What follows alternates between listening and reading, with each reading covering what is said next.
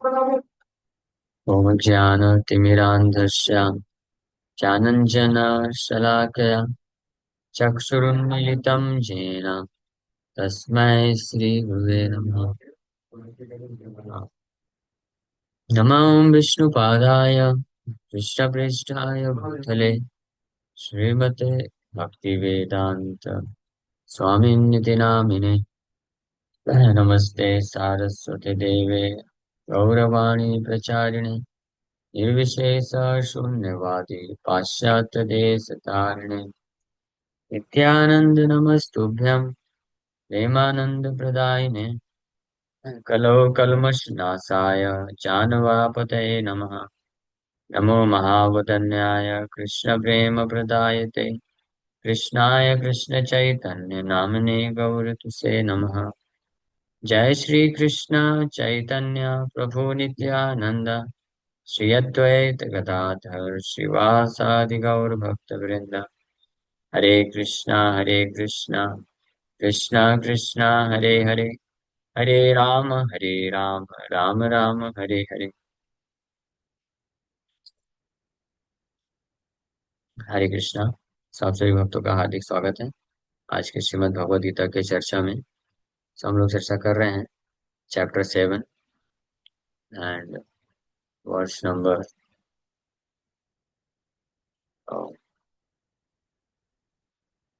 Verse number 13।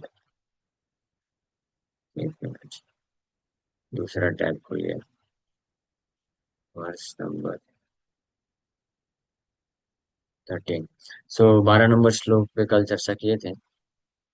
तो उस श्लोक में भगवान कृष्ण वर्णन किए कि इस भौतिक संसार में बाकी जितने भी अन्य चीजें हैं, ये चैव सात्विका भाव राजसस तामसश्च ये मत एव तान विद्धि न तो अहम तेषु ते मयि। कि know that all state of beings, be they of goodness, passion, or ignorance, are manifested by my energy. I am in one sense everything, but I am independent. I am not under the modes of mortal nature, for they, on the contrary, are within me. कि संसार में जितनी भी वस्तुएं हैं, जो भी परिस्थिति है, सतोगुण रजोगुण तमोगुण से प्रभावित होती है, वो सब भगवान कृष्ण की शक्ति से प्रकट होते हैं। भगवान से पे निर्भर हैं। भगवान से स्वतंत्र कुछ भी नहीं है, लेकिन भगवान पूरी तरह से स्वतंत्र। हाँ, ये भी एक बात इम्पोर्टेंट है। भगवान तीन गुणों के प्रभाव में नहीं। तो ये हम लोग कल चर्चा करेंगे। अब नेक्स्ट श्लोक, आज का श्लोक है। त्रिभिर्गुणमयैर्भाव ये भी सर्वम इदम जगत मोहितम नाभिजानाति मामेभ्यः परमव्ययम्। Deluded by the three modes, goodness, passion, and ignorance, the whole world does not know me, who am above the modes and inexhaustible. So, हालांकि पूरी सृष्टि में, पूरे भौतिक जगत में हर चीज, हर परिस्थिति भगवान कृष्ण के द्वारा नियंत्रित है, भगवान की शक्ति पर निर्भर है। भगवान ही पूरी तरीके से फुल कंट्रोल में है हर चीज के, हर चीज को पूरी तरह से कंट्रोल करते हैं। लेकिन फिर भी जो मोहितम ना भी जाना, लेकिन जो माया से मोहित होते हैं, ना भी जान आती, वो इस बात को नहीं जान पाते हैं। त्रिविर गुणमय भाव है, by the states of being. त्रिविर गुणमय, तीन गुणों से मिलकर के अलग अलग जो अस्तित्व है इस संसार में। ये भी सर्वम इदम जगत, सर्वम जगत, ये पूरा जगत तीन गुणों के ही मिक्सचर कॉम्बिनेशन कॉम्बिनेशन से बना है। और ये तीन गुण भगवान की शक्ति है, भगवान के द्वारा संचालित होती है। लेकिन जो मोहित होते हैं, भ्रमित जीवात्माएं होते हैं, वो इस बात को नहीं जानते हैं, और इसलिए वो मुझे, माम एभ्या परम अव्ययम, मुझे ये तीन गुणों से निर्मित भौतिक जगत के ऊपर मैं हूँ और अव्यय हूँ, इनएग्जॉस्टिबल, कभी जिनमें कुछ कमी नहीं आती है, जो कभी नष्ट नहीं होते हैं, जिनमें कभी कोई विकार नहीं आता है, जो अपरिवर्तनशील बने रहते हैं। ऐसे परम means supreme personality of God, ऐसे परम अव्ययम भगवान जो तीनों गुणों के ऊपर है, ये मोहितम ना भी जानत, जो मोहित होते हैं। किससे मोहित होते हैं? माया से ही जो मोहित होते हैं। माया जगत, माया से विमोहित मोहित होने वाले लोग माया जगत को भी नहीं जान पाते हैं कि तीन गुणों से निर्मित है संपूर्ण माया जगत। और साथ ही साथ में वो परम भगवान जो इन तीन गुणों के नियंत्रक हैं, जो इस तीन गुणों को कंट्रोल करते हैं, उनको भी नहीं जान पाते हैं कि वो परम भगवान इन तीनों गुणों के ऊपर है और परम है और अव्ययम है। तो मुझे इस प्रकार से नहीं जान पाते हैं, क्योंकि पिछले 4-5 श्लोकों में, ये तो 13 नंबर श्लोक है, 4-5-6 श्लोकों में भगवान कृष्ण विस्तार से वर्णन करते हुए अर्जुन को इस बात ये सूचना दी है कि संपूर्ण जगत में वास्तव में मैं ही अस्तित्व में मैं हूँ। मुझे ही एक्चुअली में देखना चाहिए, और मैं इस रूप में विद्यमान हूँ हर जगह। रसो हम अपसु कौन्तेय से चालू किए भगवान, कि I am the taste of water. जो भी जल है, द्रव्य है, अ, द्रव है, द्रव जल, उसका टेस्ट रस मैं हूँ। फिर जो भी रोशनी है, जो भी ऊष्मा है, जो भी गंध है, वो सब मैं हूँ। तो ये सब बहुत क्लियर कट है। लेकिन प्रश्न उठ सकता है कि आप ही हर जगह हैं, व्याप्त हैं, फिर भी कोई भी व्यक्ति आपको एक्सपीरियंस नहीं कर पाता है, देख नहीं पाता है, इसका क्या कारण? ये तो बहुत ही ज्यादा आश्चर्य करने वाली चीज है ना, चकित करने वाली बात है। मान लीजिए कोई व्यक्ति है, किसी स्थान में उपस्थित है और हमेशा वहां पे है और उसे हर जगह है, ये फिर भी कोई भी व्यक्ति उसको देख नहीं पा रहा है, जान नहीं पा रहा है, समझ नहीं पा रहा है, और वही व्यक्ति हर कार्य भी कर रहा है, फिर भी नहीं जान पा रहा है। तो इसका क्या कारण है? ये डाउट हो सकता है। अगर भगवान आप सच में, आप हर जगह हैं, सब कुछ कंट्रोल करते हैं, तो फिर हर कोई इस बात को जान क्यों नहीं पाता है कि हर चीज आपके कंट्रोल में है, आप हर जगह विद्यमान हैं, आपकी शक्ति पर निर्भर है, आप ही नियंत्रक हैं, आप ही इंजॉयर हैं, भोक्ता हैं, सर्वलोक महेश्वर हैं। फिर भी व्यक्ति आपको क्यों नहीं जान पाता और अपने आप को सोचता है कि ये मेरा है, ये इसका इंजॉयर मैं हूँ, ये मैं कंट्रोल कर सकता हूँ। तो आपको क्यों भूल जाता है? तो वह उसका कारण बता रहे हैं कि हालांकि सत्य है, इसमें कोई डाउट नहीं है। त्रिभिर गुणमय भाव है, पूरा तीनों जगत, ये तीन पूरा जगत ये तीन गुणों से निर्मित है। ये भी सर्वम इदम जगत, पूरा सर्वम जगत है। लेकिन बस एक कारण से, मोहितम, मोहितम ना भी जाना। जो मोहित होते हैं, बिल्डर होते हैं, वो इस बात को नहीं जानते। हालांकि जो मोहित लोग हैं वो भी कुछ तो जानते हैं, कुछ तो अंडरस्टैंडिंग होता है, लेकिन कैसा अंडरस्टैंडिंग होता है? बिल्कुल विपरीत। भगवान सुप्रीम कंट्रोलर न मान करके अपने आप को कंट्रोल मानता है। भगवान परम भोक्ता है न मान करके अपने आप को भोक्ता मानता है। भगवान परम नियंता है न मान करके अपने आप को नियंता मानता है। इसको बोलते हैं मोहित, मोहग्रस्त। मोह मतलब इल्यूजन। और सबसे बड़ा मोह क्या है? अपने आप को शरीर समझना, शरीर से पहचान करना। अपने आप को शरीर समझ करके जब शरीर से पहचान करता है कोई व्यक्ति, तो शरीर से संबंधित वस्तु, व्यक्ति, स्थान को वो अपना मानता है, और फिर उससे अटैच हो जाता है, आसक्त हो जाता है, और इस प्रकार से बिविल्डर हो जाता है, मोहित हो जाता है। और इसलिए नहीं जान पाता है कि वास्तव में भगवान है, भगवान के कंट्रोल में है सब कुछ, भगवान ही एकमात्र नियंत्रक है। और इसलिए भगवान माम एभ्य परम अव्ययम, ऐसे भगवान के दिव्य स्थिति को नहीं जान पाता है। तो तात्पर्य, प्रभुपाद जी बोल रहे हैं, the whole world is in enchanted by the three modes of material nature। संपूर्ण जगत ये तीन गुणों, भौतिक प्रकृति के तीन गुणों से प्रभावित है। इंचैंटेड, इंचैंटेड मीन्स मोहित है। इंचैंट कर लेना किसी को, मतलब वश में कर लेना, वश में मोहित कर लेना पूरी तरीके से। तो संपूर्ण जगत तीन गुणों से मोहित है। Those who are bewildered by these three modes cannot understand that transcendental to this material nature is the supreme Lord Krishna। हाँ, लेकिन जो लोग ये तीन गुणों से निर्मित पूरा भौतिक जगत है, इससे मोहित रहते हैं,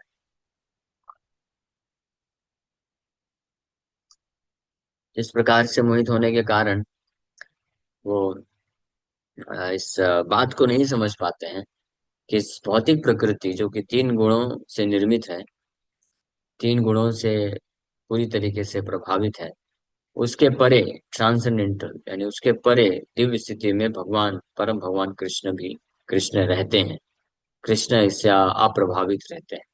माम एभ्या परम, इसलिए वन श्लोक में बोल रहे हैं माम एभ्या परम। एभ्य मतलब ये तीन गुणों से निर्मित भौतिक जगत, तीन गुणों से मैं परे हूँ और अव्यय। लेकिन जो इस तीन गुणों से प्रभावित होते, मोहित होते, हो इस बात को नहीं जान पाते हैं।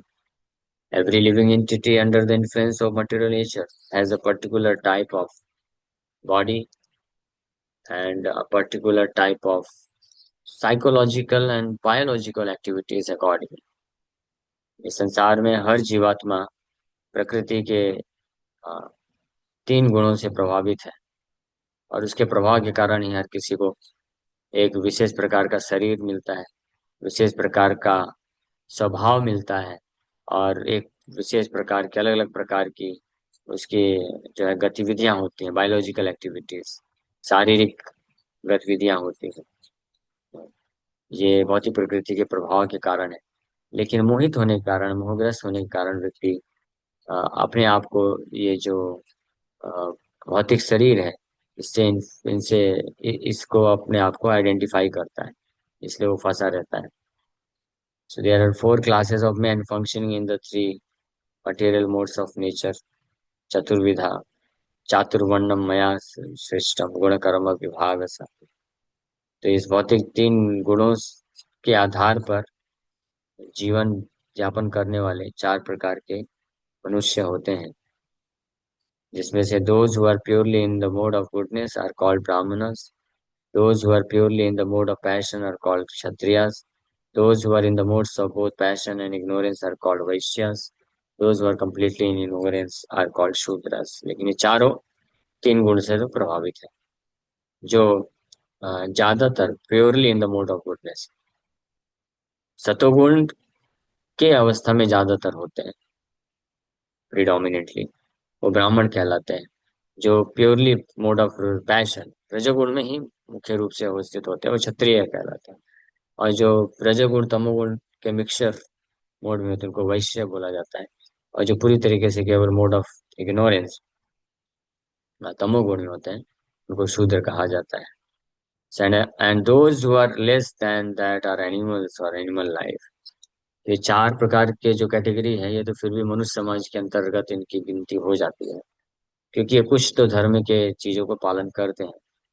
लेकिन जो इससे भी नीचे होते हैं, those who are less than this, वो पशु पक्षी जानवर होते हैं। और अगर कोई मनुष्य ऐसा है तो वो वास्तव में मनुष्य शरीर में है, बट वो वास्तव में पशु है, द्विपाद पशु ऐसे बोला जाता है। However, these designations are not permanent।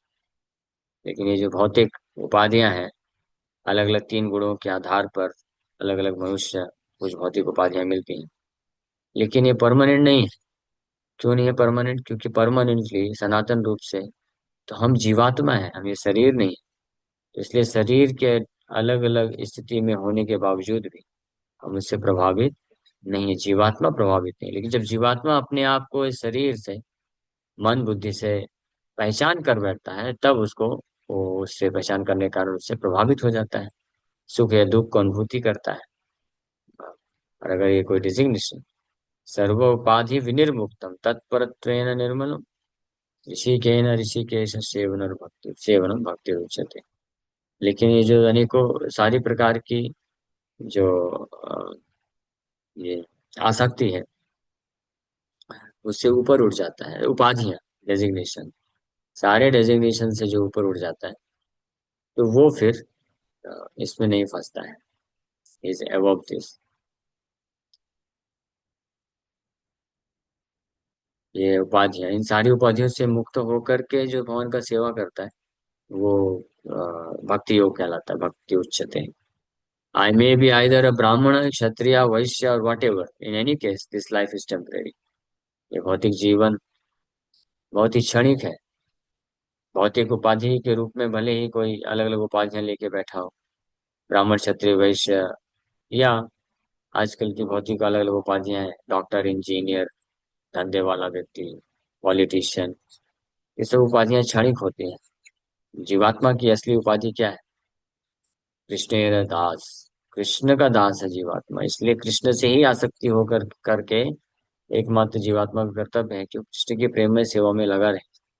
और अन्य जगह अपने आप को आइडेंटिफाई करके, पहचान करके अपने आप को इन उपाधियों में न फंसा दे कि मैं फलाना फलाना, मैं इंजीनियर हूँ, डॉक्टर हूँ, या बिजनेसमैन हूँ, मेडिकल प्रैक्टिशनर हूँ, यहाँ तक कि मैं हिंदू हूँ, भारतीय हूँ, या किसी का मैं पति हूँ, पत्नी हूँ, माँ बाप हूँ, बच्चा हूँ, सगे संबंधी हूँ। ये जितने भी प्रकार के जो सेंस ऑफ आइडेंटिफिकेशन, अपने आप को पहचान करने की भावना होती है कि मैं ये हूँ, किसी व्यक्ति, किसी वस्तु, स्थान से संबंधित होकर के जब इस प्रकार की भावना को कोई विकसित करता है तो इसको उपाधि बोला जाता है। और यही जो भौतिक उपाधि है, यही मोहग्रस्त स्थिति कहलाती है, मोहित।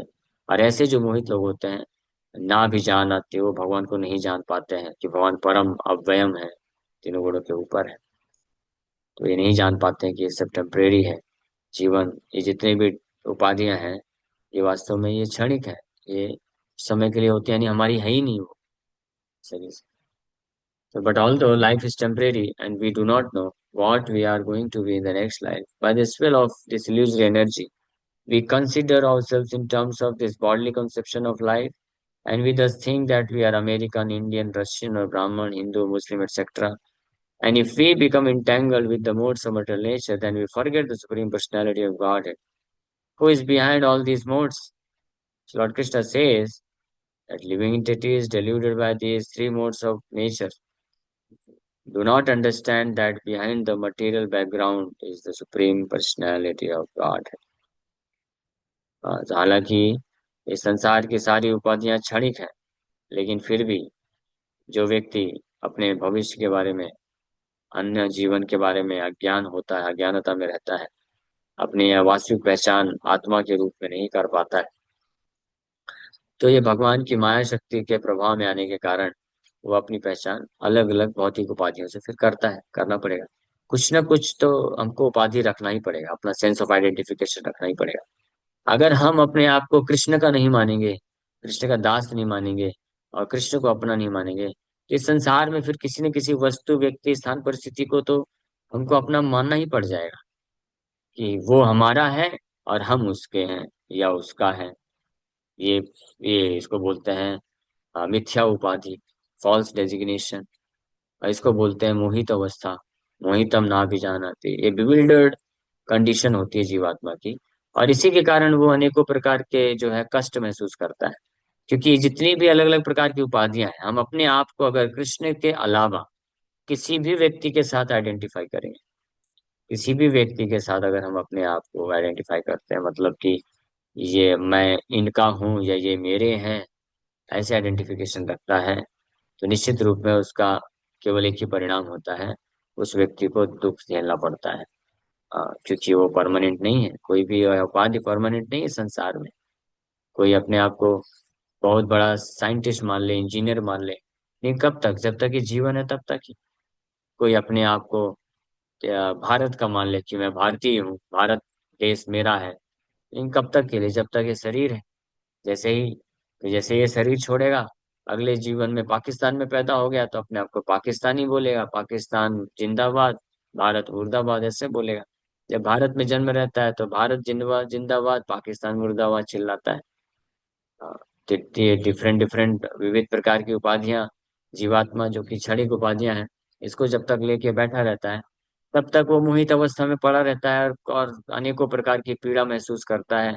कृष्ण को पूरी तरीके से भूल चुका होता है, नहीं जान पाता है। ये तीन गुणों से निर्मित जो उपाधियों को ग्रहण करके जब कोई जीवात्मा विविल्डर हो जाता है, मोहित हो जाता है, तब ये नहीं समझ पाता है कि भौतिक जगत वास्तव में परम भगवान कृष्ण के द्वारा संचालित होता है, कृष्ण के लिए है। तो और अपनी असली उपाधि को भूल जाता है कि मैं तो वास्तव में कृष्ण का दास हूँ।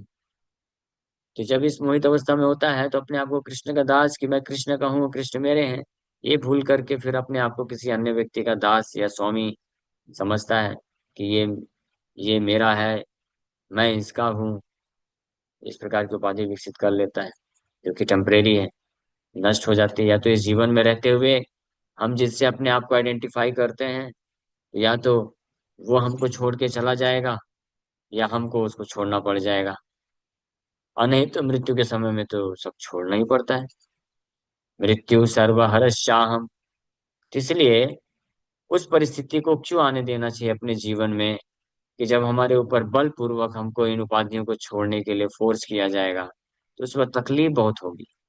तो क्यों ना हम बुद्धि का इस्तेमाल करके ये जो मिथ्या जितनी भी उपाधियां हैं, इनको हम अपने से ही क्यों नहीं त्याग देते हैं, और हमारी असली उपाधि कि हम कृष्ण के हैं, कृष्ण के दास हैं और कृष्ण हमारे हैं, इसको क्यों नहीं स्वीकार कर लेते हैं। अगर कोई भक्त, कोई भी व्यक्ति ये कर सके कि बलपूर्वक उस समय का इंतजार किए बिना, वो समय आने के पहले कि जब हमको बलपूर्वक किसी उपाधि को त्यागने के लिए फोर्स मिल जाएगा, उसके पहले ही अगर हम समस्त उपाधियों को मन से निकाल दें, भले ही व्यक्ति अपने अपने स्थिति में रहे, कोई दिक्कत नहीं। गृहस्थ आश्रम के जो भक्त होते हैं तो अपना आश्रम तो नहीं छोड़ सकते, गृहस्थ आश्रम। किसी के वो पति होते हैं, पत्नी होते हैं, बच्चे होते हैं, समाज में कुछ रिस्पॉन्सिबिलिटी होती है, तो वो छोड़ने की जरूरत नहीं है। लेकिन मन से छोड़ देना चाहिए, मन से अपने आप को उपाधि में नहीं रखना चाहिए कि मैं फलाना फलाना व्यक्ति हूँ, मैं इंजीनियर हूँ, डॉक्टर हूँ, मैं भारतीय हूँ, मैं किसी का पति हूँ, पत्नी हूँ, husband wife, mother father, children. ये उपाधि अगर कोई पहचान रखेगा तो फंसेगा। ये उपाधि से मुक्त हो जाना चाहिए, और घर उस स्थिति में रहते हुए जो भी हमारा कर्तव्य समझ के पालन करना चाहिए। हमारा आइडेंटिफिकेशन, हमारा उपाधि हमको कृष्ण के साथ ही रखना चाहिए एकमात्र। तकलीफ नहीं होगा। जब कोई उपाधि, कोई व्यक्ति उपाधि अपनी केवल कृष्ण के साथ रखेगा कि मैं कृष्ण का हूँ, कृष्ण मेरे हैं, मैं कृष्ण का दास हूँ, तो उसके जीवन यापन करने के दौरान अलग अलग परिस्थिति में कर्तव्य पालन, कर्तव्य निर्वहन के दौरान कभी कभी वो अन्य उपाधियों को बाहरी रूप से ग्रहण भी करेगा तो भी वो छूटने में उसको तकलीफ नहीं होगी। लेकिन अगर उससे ही उसी उपाधि को ही अपना मान लेगा कि ये मेरा है, मैं इनका हूँ, या ये मेरे हैं, तो फिर तकलीफ हो जाएगी, क्योंकि छूटना तो पड़ेगा ही। ये प्रकृति का नियम है, इसको हम चेंज नहीं कर सकते हैं। हर चीज यहाँ पे क्षणिक है, टेम्परेरी है। हाँ, जबरदस्ती छूटना पड़ेगा। मृत्यु के समय यही होता है, इसलिए मृत्यु के समय व्यक्ति सबसे ज्यादा कष्ट भोगता है, क्योंकि उसको पता चल जाता है अब मैं मरने वाला हूँ और मेरा सब कुछ छूटेगा। मेरे जितने भी उपाधि हैं, कि ये मेरी पत्नी है, ये बच्चे हैं, या ये मेरा संसार है, ये मेरा जन्म स्थान है, ये प्रॉपर्टी है, ये धन संपत्ति है, यहाँ तक कि ये मेरे कुत्ते, बिल्ली, पेट एनिमल्स, वस्तु, सब एक एक करके उसके चेहरे के सामने, उसके मानस पटल में, मन में आकर के उसको पूरी तरीके से मोहित कर देते हैं, भ्रमित कर देते हैं। ये कितनी तकलीफदायक स्थिति होगी, आप इमेजिन भी नहीं कर सकते। इसलिए मृत्यु को जो बोला गया है कि सबसे बड़ा कष्ट होता है। आप सोचिए, जब कोई व्यक्ति इस संसार में किसी से आसक्ति को विकसित कर लेता है, तो केवल एक वस्तु या व्यक्ति के चले जाने से इतना तकलीफ होता है। तो मृत्यु के समय में तो केवल एक वस्तु या व्यक्ति को नहीं छोड़ना है हमको। हमने जिन जिन वस्तुओं से, जिन जिन स्थान से, जिन जिन व्यक्तियों से हमने अपना नाता रिश्ता बना करके, उपाधि बना करके हम बैठ जाते हैं, आसक्ति बना लेते हैं, वो सबको एक झटके में, एक ही समय में छोड़ना है, तो कितना बड़ा तकलीफ होगा। तो इसलिए वो तकलीफ आने के पहले जो धीरज तत्र न मुह्यति, जो धीर व्यक्ति होते हैं, ऐसी तकलीफ आने के पूर्व वो खुद ही छोड़ देते हैं। वो बुद्धिमान कहलाते हैं। खुद ही छोड़ देते हैं, थोड़ा तकलीफ होगा लेकिन मन से निकाल देते हैं कि मैं किसी का हूं, या कोई मेरा है, या ये वस्तु स्थान मेरा है। इसको निकाल देते हैं बुद्धिमान लोग, और इसलिए वो बच जाते हैं। और अपने जब तक जीवन रहता है, अपने आप को कृष्ण का दास समझ करके इसी उपाधि में जीवन यापन करते हैं। हाँ, अहम हरे तब दास मूला, न केवल कृष्ण के दास। और परम भाग्यशाली वो होते हैं जो भगवान कृष्ण के जो शुद्ध वैष्णव हैं, गुरु हैं, उनका दास के रूप में अपने आप को आइडेंटिफाई कर लेते हैं, और उस उपाधि में जीवन यापन करके जो ये संसार को छोड़ते हैं, तो बिंदास हो जाते हैं, कोई उनको कष्ट नहीं झेलना पड़ता है। इसलिए माया उपाधि रखने वाले अगर कोई व्यक्ति होता है, तो माया दास सदा उदास, कृष्णदास बिंदास। अगर आप कृष्णदास बन जाते हैं, कृष्ण को ही एकमात्र अपना स्वामी, अपना हितैषी, अपना प्रिय, प्रियतम स्वीकार कर लेते हैं, तो हम कभी भी धोखा नहीं खाएंगे। और अगर हमने कृष्ण को छोड़ करके किसी को भी, कृष्ण को अगर हमने किसी भी व्यक्ति के साथ रिप्लेस किया, तो ये जान लीजिए उसका केवल एकमात्र परिणाम होता है इस संसार में दुख मिलता है, क्योंकि वो तो छूटने ही वाला है, जाने ही वाला है। तो इसमें हमेशा ध्यान रखें, उपाधि से अपने आप को मुक्त करना चाहिए, उपाधियों भौतिक उपाधियों में अपने आप को फंसने नहीं देना चाहिए। भगवान का तीव्रता से जो भक्त आश्रय लेते हैं, तो अगर कुछ उपाधियां होती हैं, जनरेट हो जाती है संसार में रहने के कारण किसी व्यक्ति वस्तु के प्रति, तो वो नष्ट हो जाएगी भगवान कृष्ण के आश्रय लेने से, क्योंकि सबसे वास्तव में हमारे सबसे परम हितैषी तो भगवान ही है। तो भगवान के प्रति थोड़ा भी विकसित होने लग जाएगा आसक्ति, ये सारी चीजें निकल जाती हैं, but all the life is temporary.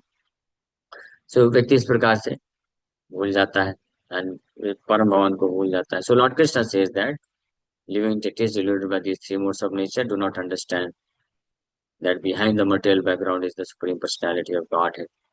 There are many different kinds of living entities, human beings, demigods, animals, etc. And each and every one of them is under the influence of material nature.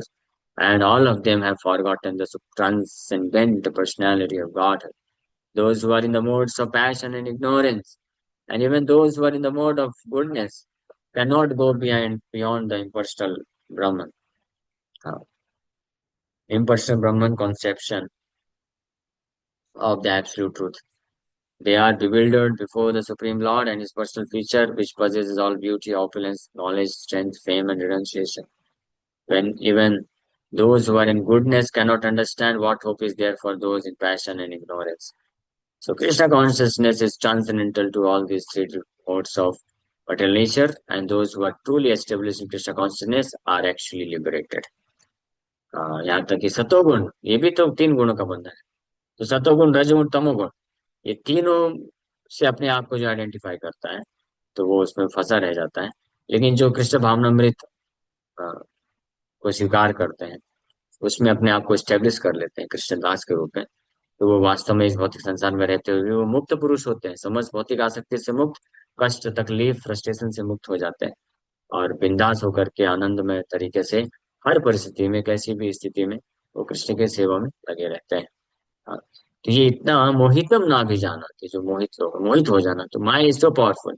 इससे जो अगला श्लोक है बहुत important है, जो हम लोग कल चर्चा करेंगे, भगवान इसका सोल्यूशन बताते हैं कि हालांकि इतना ये उपाधि इतनी शक्तिशाली होती है, इजी नहीं है, आसान नहीं है कोई भी आसक्ति को इतनी आसानी से छोड़ पाना, लेकिन असंभव भी नहीं है। ये आसान नहीं है, कठिन है बहुत, लेकिन असंभव भी नहीं है, कृष्ण बोलते हैं, इसलिए सबसे बहुत फेमस श्लोक है। दैवी एषा गुणमयी मम माया दुरत्यया मामेव ये प्रपद्यन्ते माया मेताम तरन्ति ते। This divine energy of mind, ये जो माया शक्ति है जो सबको मोहित करके रखती है, आसक्ति हृदय में बना देती है, जिस कारण व्यक्ति तकलीफ तकलीफ और तकलीफ ही झेलता रहता है, उससे निकल नहीं पाता है। ये भगवान की जो शक्ति है, ये डिवाइन है, ये भगवान की माया शक्ति, इतना आसान होगा क्या?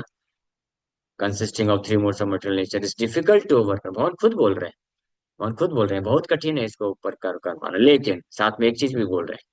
तो हमको केवल पहला पार्ट ही नहीं पकड़ के बैठ जाना चाहिए कि ये बहुत कठिन है, इतना आसान नहीं है, लेकिन अगर कोई निकलना चाहता है, but there is solution, but those who have surrendered to me can easily cross beyond it. लेकिन जो माँ में वे प्रपद्यन्ते, जो मेरा पूरी तरह से मुझे समर्पित कर देते हैं, आश्रय ले लेते हैं, तो इससे निकल जाएंगे। इस पे हमको विश्वास होना चाहिए, जिसको विश्वास होगा तो इसको पूरी तरीके से सीरियस लेकर भगवान कृष्ण के चरण कमलों में तीव्रता से आश्रय लेगा, और अपने आप को समस्त प्रकार के जो तकलीफ है, दुख है, फ्रस्ट्रेशन है, बहुत ही आसक्ति होने के कारण उससे मुक्त हो जाएगा। Thank you very much. Hare Krishna. किसी बात का कोई प्रश्न है तो पूछ सकते हैं। हरे कृष्णा। ये प्रयास भी जरूरी है, दोनों साइमल्टेनियसली चलना चाहिए, कि माया के प्रति जो आसक्ति है उससे मुक्त होने की इच्छा रखना हृदय में। उससे मुक्त होना हमारे हाथ में नहीं है, मम माया दुरत्य कौन बोले, ये कठिन है, सरल नहीं है, तो हमारे बस की बात नहीं।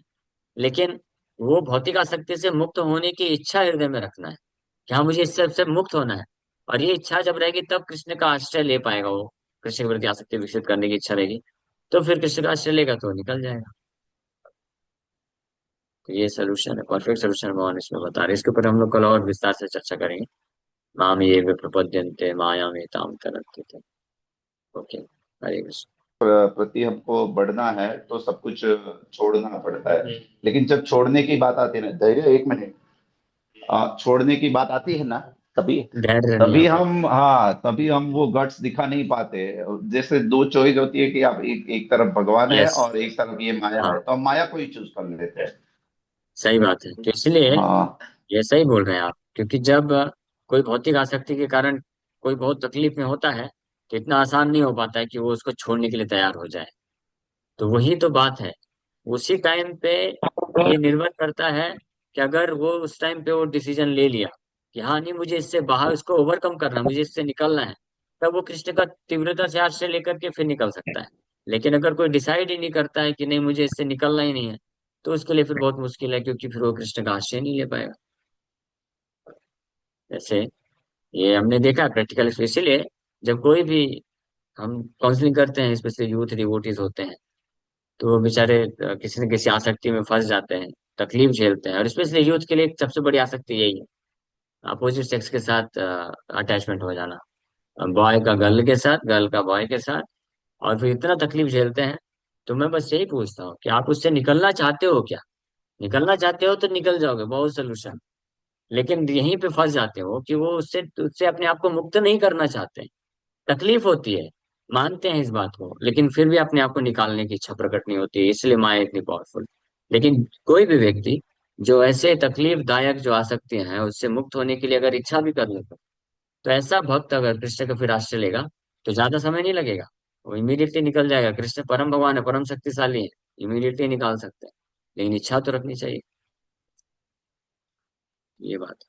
ठीक। मानते ही है, लेकिन एक एक ये होता है ना प्रोसेस कि भाई हम काफी समय हम ये प्रोसेस में बिता देते हैं कृष्ण भावनामृत के तरफ अग्रसर होने के लिए। लेकिन एक पॉइंट ऐसा आता है कि जहाँ ये इतना जो टाइम होता है ना वो जीरो हो जाता है कुछ समय के लिए। तो अब हम जानते भी है कि भगवान इतने शक्तिशाली है, लेकिन वो टाइम पे हम भगवान के ऊपर ट्रस्ट नहीं करते हैं, मतलब वो पूरा 100% नहीं, हम अपने मन की सुनते हैं, तो ये एक डिफिकल्टीज आती है। हाँ, तो यही यही चीज है। तो ऐसी परिस्थिति में फिर किसी वरिष्ठ वैष्णव, जिनके ऊपर आपको बहुत श्रद्धा है, विश्वास है, जिनके आप बात को ठुकराएंगे नहीं, तो उनसे जा करके पूरा हृदय को रिवील करना चाहिए। और उनके सामने रोना चाहिए, गिड़गिड़ाना चाहिए, और उनसे प्रार्थना करना चाहिए कि आप मुझे प्रभु इससे, भगवान इससे आसक्ति से निकालिए। तो फिर उनके मार्गदर्शन, वो जब इंस्ट्रक्शन देंगे, तो उससे फिर हम प्रेरित हो सकते हैं कृष्ण का पूर्ण रूप से आश्रय लेने के लिए। क्योंकि खुद को ये प्रेरणा नहीं मिल पाती है जब व्यक्ति जो फंसा रहता है। तो इसलिए वैष्णव संघ बहुत जरूरी है, ये हेल्प करता है फिर। जी हाँ, ठीक है। थैंक यू प्रभु, हरे कृष्णा। समय हो गया है।